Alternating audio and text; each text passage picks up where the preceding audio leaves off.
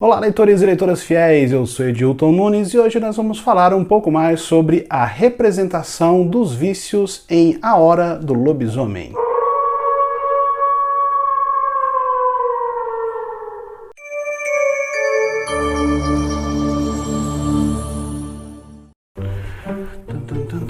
Essa coisa de gravar de dia realmente é complicada. O bicho da semana é lobisomem, licantropia, baby. Lembrei de Arquivo X, lembra?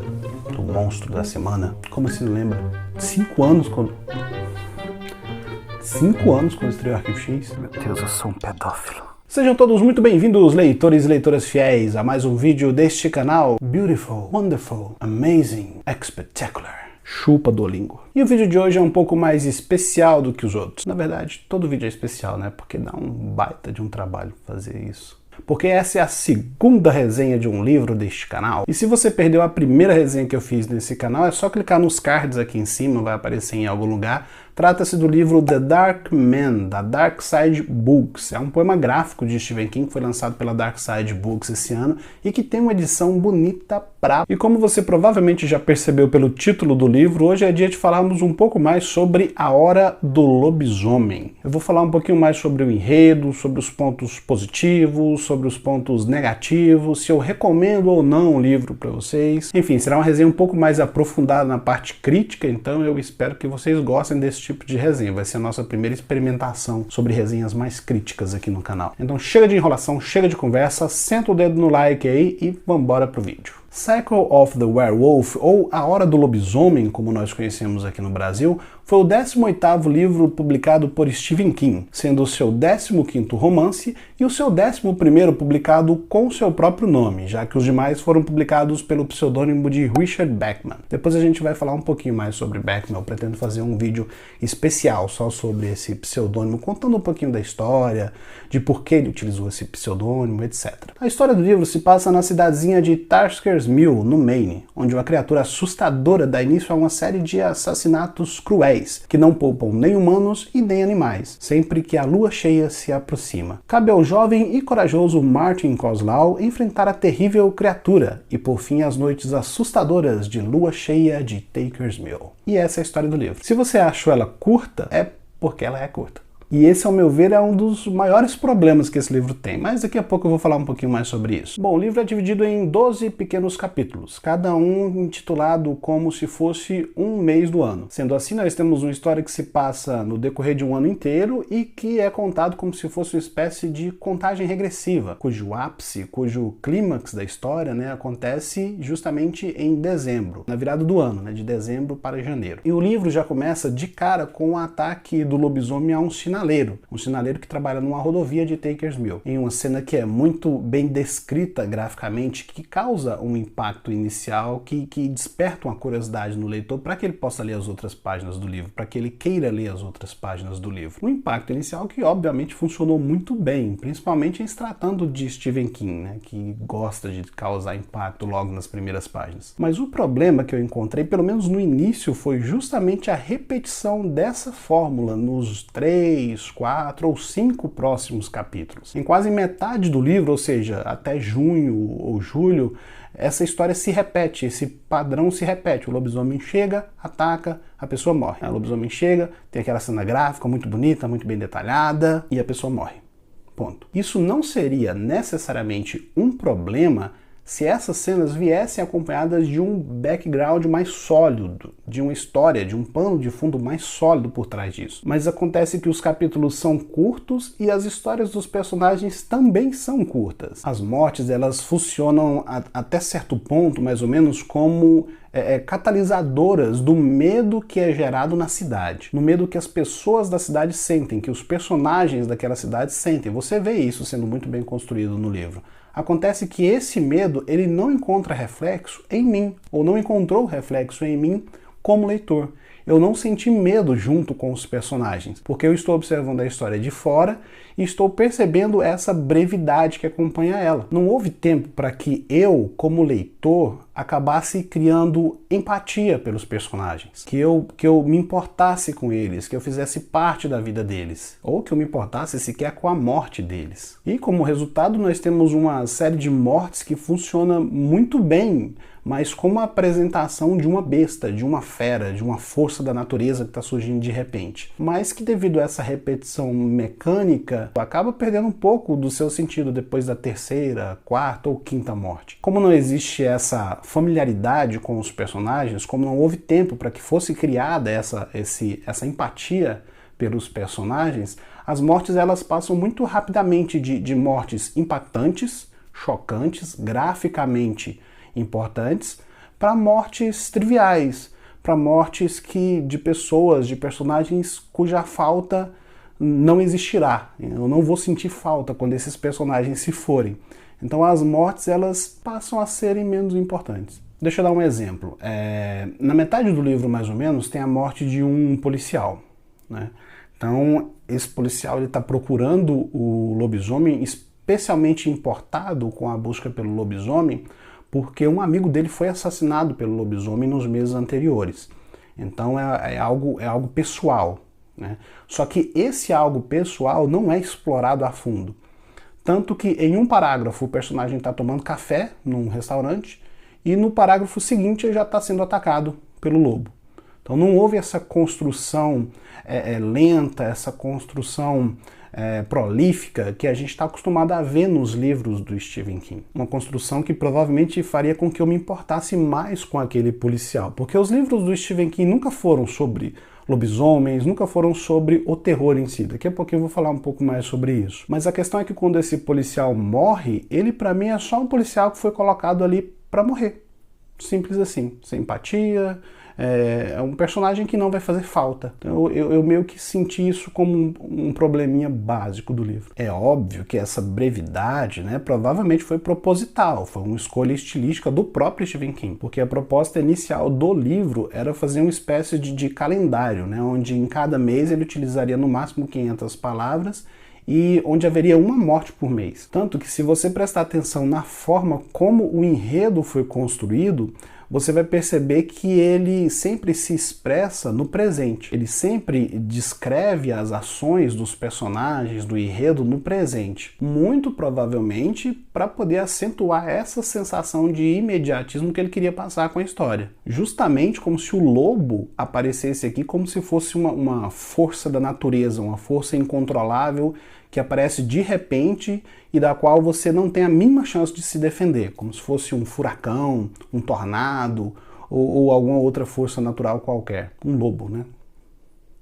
Aquele tipo de força natural que vem, faz um estrago e vai embora. Aquela força animalesca, aquela força que não precisa de motivo para causar esse tipo de estrago. É uma espécie de furacão literário. Não estamos mais no Kansas, Totó. Mas é uma escolha estilística que foge um pouco daquilo que nós estamos acostumados a ver em um livro de Stephen King. E que também não foi muito bem construída. Daqui a pouco eu vou falar um pouquinho sobre essa quebra de tensão que acontece aí no meio do livro e por que isso me incomodou bastante na leitura desse livro. Outra coisa que me incomodou bastante nesse livro foi a figura do protagonista.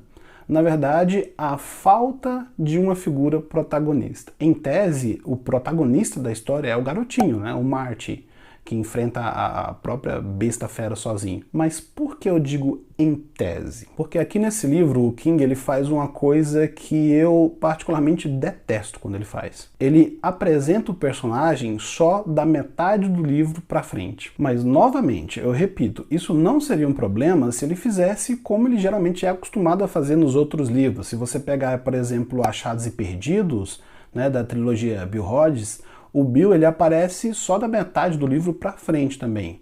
Mas por quê? Porque existe todo um background que vai desenvolvendo aquela história até a chegada do personagem. O terreno para a chegada do personagem é preparado. E isso não acontece nesse livro, justamente por causa dessa fluidez da história que eu falei para vocês anteriormente. E aí fica uma impressão esquisita, fica como se ele estivesse escrevendo uma história rápida, né, uma história que fluísse de maneira muito mais constante, e aí no meio da história ele decidisse parar para inserir um personagem. Tanto que quando nós lemos o capítulo em que o Marty entra, se eu não me engano é julho, né? Quando nós lemos esse capítulo, nós percebemos que ele já transcorre de maneira um pouco mais lenta, tanto que ele contém mais palavras, se eu não me engano. Se não me falha a memória, ele tem mais palavras. Então ele começa a transcorrer de maneira mais lenta. É como se até julho ele tivesse escrito de uma forma específica e em julho ele tivesse decidido, não, peraí, que eu vou, né, pisar no freio, vou com mais calma, vou inserir um personagem aqui, então preciso trabalhar um pouco mais. Só que aí já era tarde demais para ele fazer isso. Então, como efeito, nós temos um personagem que tem um potencial absurdo para ser desenvolvido, um personagem que eu adoraria ver em outras histórias, que eu adoraria acompanhar em outras aventuras, mas que infelizmente não é. Um personagem que no final das contas acaba mal aproveitado. Ele entra no livro só para fazer o que tem que fazer com o lobisomem. E aqui nós temos outro defeito bem gritante do livro. A história do livro não é focada no personagem humano. Na verdade, ela é focada no lobisomem. Mas aí você vai falar para mim. Ah, Edilton, mas o nome do livro é A Hora do Lobisomem. Ok, o nome do livro é A Dança da Morte. Mas em A Dança da Morte, a história não é sobre o vírus, é sobre as pessoas que estão enfrentando aquele vírus. Em Carrie, a Estranha, a história não é sobre a estranha, mas sim sobre o relacionamento que ela desenvolve com as pessoas e sobre o bullying que ela sofre. Nesse livro em especial, a história é mais focada no terror e na figura do lobisomem, e principalmente no terror que ele causa àquelas pessoas, um terror físico, um terror gráfico. Não é um terror psicológico, como acontece, por exemplo, em O Iluminado ou a própria Dança da Morte. E como eu disse anteriormente, isso vai na contramão do que o próprio Stephen King costuma fazer nos livros dele. Neles, a figura do terror, do sobrenatural, não é o eixo central. Muito pelo contrário. O terror nas histórias dele serve exatamente para, como o próprio Stephen King falou várias vezes, colocar pessoas comuns em situações extraordinárias, justamente para ver a reação dessas pessoas, como essas pessoas se comportam, como elas lidam com essas pressões causadas pelo terror na vida delas. E embora ele tenha se tornado famoso por escrever histórias de terror e suspense, o terror nas histórias dele, na verdade, é mais direcionado justamente para explorar tudo isso nos personagens, os seus medos, suas angústias, seus problemas psicológicos, seus problemas de relacionamento e coisas do tipo. Nós vimos isso, por exemplo, em O Iluminado, quando ele usa o terror para falar sobre o alcoolismo. Nós vemos isso, por exemplo, em Carrie, quando ele usa o terror para falar sobre questões delicadas, como o bullying e a relação que a própria Carrie estabelece, a relação conflituosa que ela estabelece com as pessoas que rodeiam ela. Nós vemos isso em O Cemitério, por exemplo, quando ele usa o terror para explorar a dificuldade que as pessoas têm em aceitar a perda de um ente querido, né? A dificuldade que essas pessoas têm de lidarem com o luto. Enfim, grande parte dos seus livros não é sobre o sobrenatural, não é sobre o terror. A maioria dos seus livros é sobre pessoas. E eu não senti isso em A Hora do Lobisomem. Mas é claro que as questões delicadas que eu falei que ele geralmente aborda, elas existem nesse livro. Ali você vê questões como o bullying, você tem relacionamentos familiares conflitantes, mas isso tudo é abordado de maneira muito superficial e padece justamente dessa brevidade que eu falei anteriormente. Bom, agora eu queria falar um pouquinho mais sobre as coisas que eu gostei no livro, né? Já que eu detonei ele, já que eu falei mal pra caramba dele até agora, eu vou falar um pouquinho sobre as coisas que eu gostei nele. Bom, entre os anos de 1978 e 1986, o King ele teve um sério problema com o uso abusivo de drogas, né? Ele mergulhou no mundo das drogas nessa época. E isso refletiu bastante no trabalho dele. O poder do vício das drogas ele está muito presente na maioria dos livros que ele escreveu nessa época, né? Você vê isso, por exemplo, em Misery, você vê isso em It, você vê isso em O Iluminado. Mas eu acho que de todos esses, de todos os livros do Stephen King, o que mais sintetiza a luta de um homem contra os seus próprios vícios é justamente A Hora do Lobisomem. Na verdade, para mim, essa é a síntese central do livro. É justamente sobre isso que o livro fala. De cara que nós já temos um personagem que se transforma em um lobisomem por forças que estão alheias a ele e que ele não consegue controlar. Forças que ele, até certo ponto, não entende, mas que mesmo assim, em um determinado momento, ele acaba abraçando. Como se ele se entregasse ao vício. O determinismo é outra coisa interessante que eu percebi nesse livro, principalmente quando o personagem que se transforma no lobisomem, né, ele acaba desistindo e se entregando a esse vício. Ele acaba aceitando o seu destino como se realmente não fosse culpa dele. Inclusive utilizando o argumento, foi Deus que quis, né?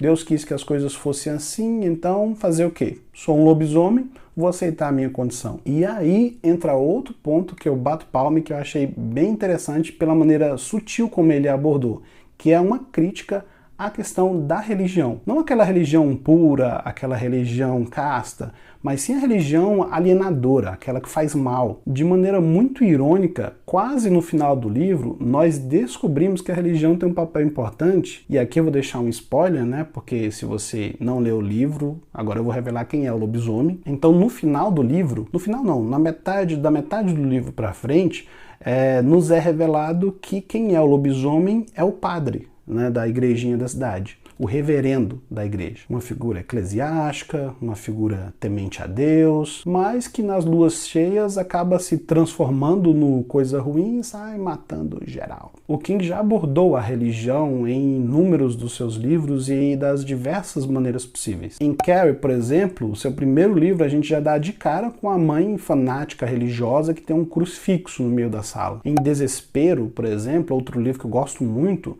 nós temos a figura do David, né? O garotinho que guia as pessoas, que funciona como uma espécie de guia espiritual para as pessoas que ficam presas lá em desespero, né? Uma fé bonita, uma fé pura, uma fé sincera. Já em O Nevoeiro, por exemplo, conto do Tripulação de Esqueletos, que virou um ótimo filme com Frank Darabont, nós temos uma fanática religiosa que fica presa com os outros personagens lá no supermercado, né? Quando a névoa chega, e que quando as coisas apertam, quando o bicho começa a pegar, ela começa com o discurso dela. Esse nevoeiro é coisa do capeta, é coisa do demônio, e vai todo mundo morrer. Bom, errada ela não tá. Já em A Hora do Lobisomem, a hipocrisia religiosa, ela acaba aparecendo de uma maneira nada sutil, né? Quando a gente descobre que o assassino, o lobisomem, é o padre. E até mesmo a própria maneira como o padre encara a situação dele, quando ele passa a desconfiar que ele é o lobisomem, é meio que uma alfinetadazinha, né, naquela hipocrisia religiosa que algumas pessoas têm. Tem um determinado momento do livro, por exemplo, que ele descobre que ele matou, enquanto era lobisomem, um homem da cidade que era famoso por bater na mulher. Então, quando ele descobre que matou essa pessoa, a primeira reação dele não é, meu Deus, matei uma pessoa, matei um ser humano, Senhor, me perdoe, ou algo desse sentido. Não, a primeira reação dele é, era um ser humano ruim, vai tarde. Tanto faz, batia na mulher, morreu, vá com Deus. Hasta luego, hasta la vista, sayonara, goodbye, au revoir. Outro ponto que talvez prove essa minha teoria de abordagem da hipocrisia religiosa nesse livro, é que o padre tinha até certo ponto consciência das atitudes dele enquanto ele era lobisomem. Embora a todo momento ele tente justificar isso no livro, falando que ele não se lembrava das coisas que aconteciam enquanto ele era lobisomem, coisas do tipo, ele tinha sim certa consciência de que ele era um lobisomem, enquanto ele era lobisomem. No final do livro, por exemplo, na forma de lobisomem, ele decide ir atrás do garotinho, do Martin, para poder atacar ele, porque o Martin era a única pessoa que sabia que ele era o lobisomem. Então era a única pessoa que representava um perigo real para ele, tanto na figura de padre como na figura de lobisomem. Acontece que quando nós pensamos em lobisomens, nós pensamos em criaturas irracionais, criaturas que não são capazes de pensar, e o próprio padre, como eu falei anteriormente, tenta justificar a inocência dele, digamos assim, dessa forma. Mas se ele fosse realmente tão irracional quanto o padre acreditava que era, ele não teria ido procurar o Martin no final do livro. Isso exigiria, é claro, um grau de complexidade, de pensamento muito maior do que aquela fera mundana que aparece no livro aparenta ter, né? E aqui nós temos mais um ponto que realça a questão da hipocrisia religiosa que eu falei que o King retrata nesse livro, né? Um padre, um homem temente a Deus, um homem que tem todo um histórico religioso ali por trás, se transforma em uma fera e conscientemente vai atrás de uma criança. Ou seja, ele não pensa duas vezes antes de assassinar uma criança para poder tirar o dele da reta. Em resumo, A Hora do Lobisomem é um livro ruim? Não.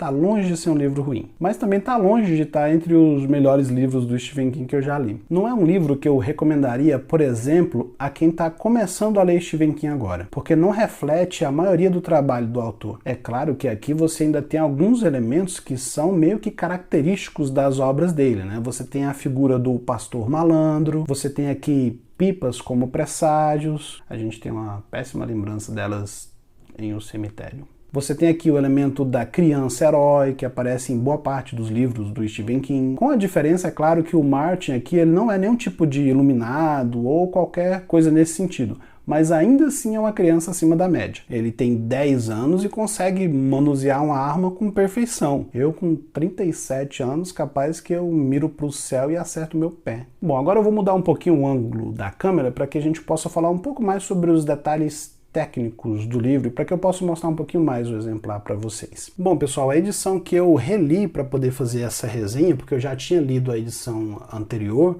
foi a edição mais recente da Suma. Ela faz parte da Biblioteca Stephen King, que é uma série de livros que a Suma está relançando agora. São livros do Stephen King que estavam esgotados, mas que a Suma está relançando aqui em formato especial, né? Que você tem capa dura, desenho da capa, o desenho da capa é em alto relevo, você tem aqui um papel com a gramatura um pouco melhor, né, um pouco mais grossa, e a tradução desse livro, deixa eu mostrar aqui para vocês, é da Regiane Winiarski. Ela é a tradutora mais recente dos livros de Stephen King no Brasil, é ela que vem traduzindo os livros mais novos, e ela vem fazendo um excelente trabalho. A Regiane é muito competente, tem um histórico aí de mais de 10 anos como tradutora.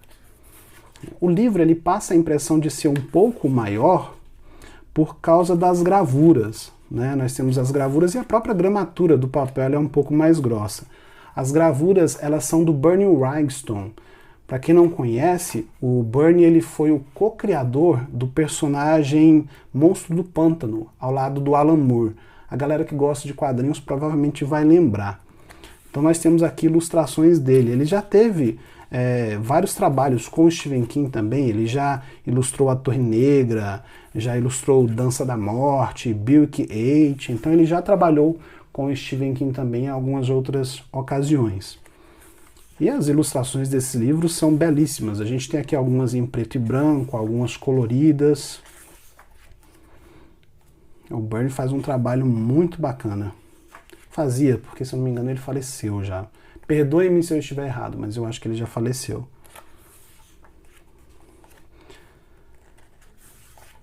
Aqui nós temos, por exemplo, a questão dos capítulos também, que eu falei para vocês que até julho, eles eram bem curtos, e quando a gente chega em julho, nós temos o capítulo que é o maior capítulo do livro, talvez, que é quando o Martin entra na história. Aqui nós temos um capítulo de 1, 2, 3, 4, 5, 6, 7, 8, 9, 10 páginas. Então é um dos capítulos mais longos do livro, que é justamente quando há aquela discrepância que eu falei para vocês no decorrer da história.